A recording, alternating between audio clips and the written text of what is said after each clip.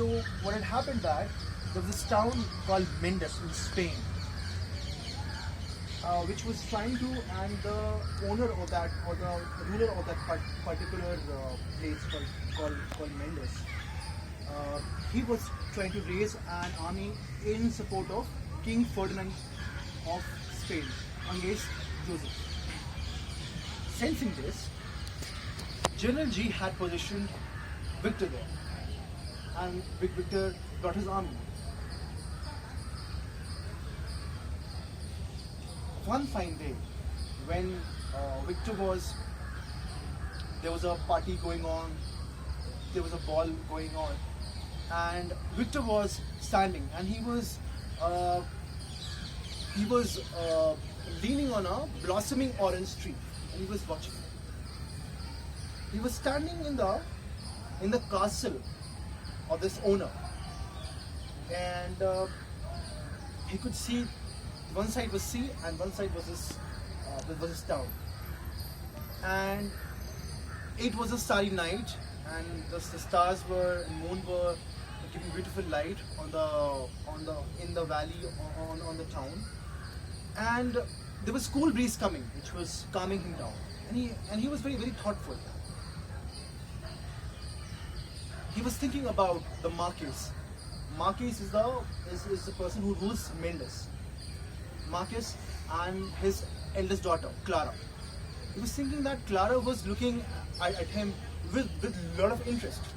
Maybe he can marry her off and can get a good dowry also. All these thoughts were coming. And then he also thought that when they tried to invade this town, Mendes, the people of Mendes did not offer any sort of resistance to them. They actually welcomed them. And he thought that this is not a very good sign. Maybe there is something underlying beneath it. These thoughts were coming to his mind, and he saw certain lights in the town, which is against the rules, because he has passed a clear rule that after a certain time in the evening, lights should not be on. He was about to ask his officers what is happening, when he saw a soldier whom he had brought along to come and to come with him, to guard him. And the soldier walked up to him and told him, "Sir, something is not right here. Something is not right. I have seen a person going with a lartain, and lartain has a vengeance symbol in this part of Spain." And he was talking, and in middle of this discussion, there was a sharp, shrill noise, taka, and this soldier falls dead at the feet of Victor. Immediately in the ballroom, there is one more noise, and the next instance he sees British sails in the sea. He understood immediately that there was this planning between the Spanish and the Britishers, that once they will give signal to their ships will come, and as I said, and when they start seeing the ships, they will start attack on the French soldiers. And his troops were dead. All his officers were dead, and he knew that he will be dishonored by his own country. He was standing in this castle, and there was water, there was sea. He was sensing the depth of. He was trying to see the depth, and he was about to jump. The moment he was about to jump, on his hand, one more hand came and rested, and he saw that it was Clara. Clara said, "Run to across the park. There is his elder brother's horse standing." Now, brave people also have some sort of self-preservation. He understood that this was his only chance to run away and to save his life. He ran, and he found the horse and went to his general. General was having his meal with his officers. Victor told him the story. General said that you are more to be pitied than to be punished. Okay, pardon you from whatever mistakes you have made. But then let's see. And they attack again the city with all their might. Again, the city does not offer any sort of resistance to be conquered. French asked them a large booty of money.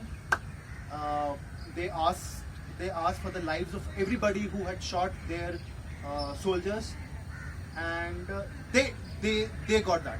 They killed everybody, each of the Spanish Mandes native who were part of the killing spree, and they got large amount of booty. And they also said that this Marquis, this particular landlord of Mendes, his family also be murdered. They will also be murdered.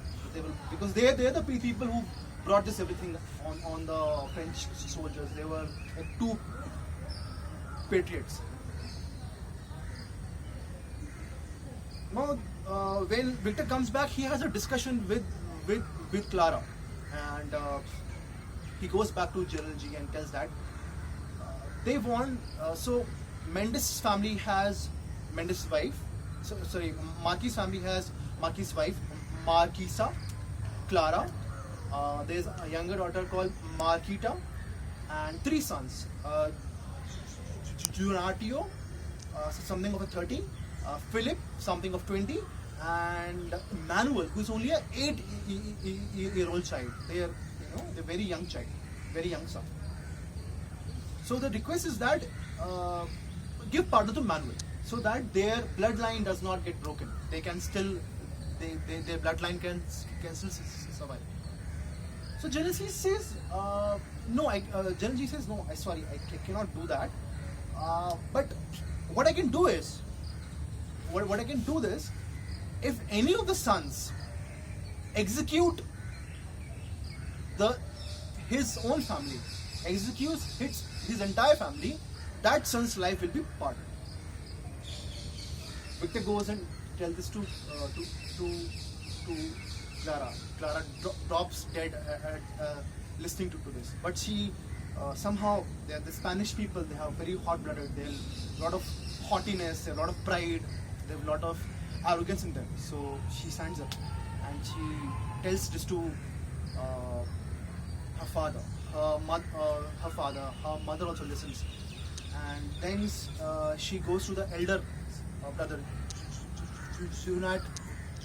Junitos, and she goes to his lab, something like this, and says that, brother, you have to do this. You have to save our line from destruction. But the brother will not listen. How can a son kill his own parents? How can a brother kill his own sisters? Then she tries to develop revenge feelings and negative feelings in the heart of a brother, saying that, do you want to see me owned by one of the French people? So in this way, she tries to convince her elder brother, and finally the father also says, he's my blood. He's my blood. He will do it. Anyways, he has he's my son. He will have courage from somewhere. He'll bring courage from somewhere, and he will do this. And then finally he agrees. When the family comes for this killing, for this murder, when they walk in to this open area, they see that hundreds of the people of the city, they've been asked by the French people to come and see this murder happening. But they are very calm. The family is very calm. Family is they are very relaxed and not an eyebrow is twitched.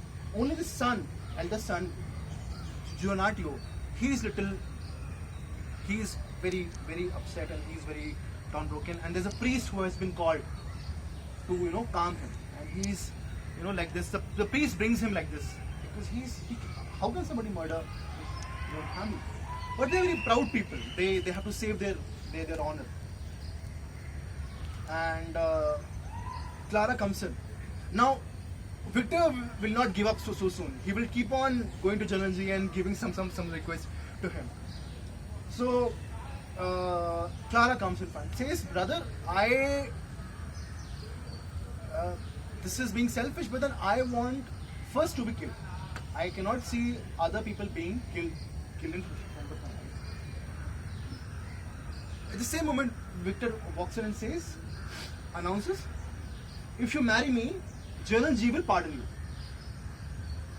Clara gives a look of disdain to Victor and tells her brother to shoot her now. She drops dead at the feet of Victor. Then comes the younger daughter. She is also killed. The father comes. Father says that I give you father's blessings. Go ahead. Father is killed. Is also murdered. Next comes the younger brother. The younger brother positions. Is this right position for you, brother? Can you aim me? He's also murdered. Then comes the mother. Now mother can see that this person that Junadio's courage has given up. He cannot now any longer kill anyone. He's given up. And she senses this and she jumps off the cliff. And she commits suicide. And so this is how it is. And then this person lives on, and he is in a lot of agony. He stays in a lot of guilt, and he is very well respected by the people of Spain, by the king of Spain. But he still considers himself a very unlucky person. He does not come out a lot. He stays in a very secluded life. So this was the narration of the executioner by Henri de Blanca. Second story is Wilson's Witch.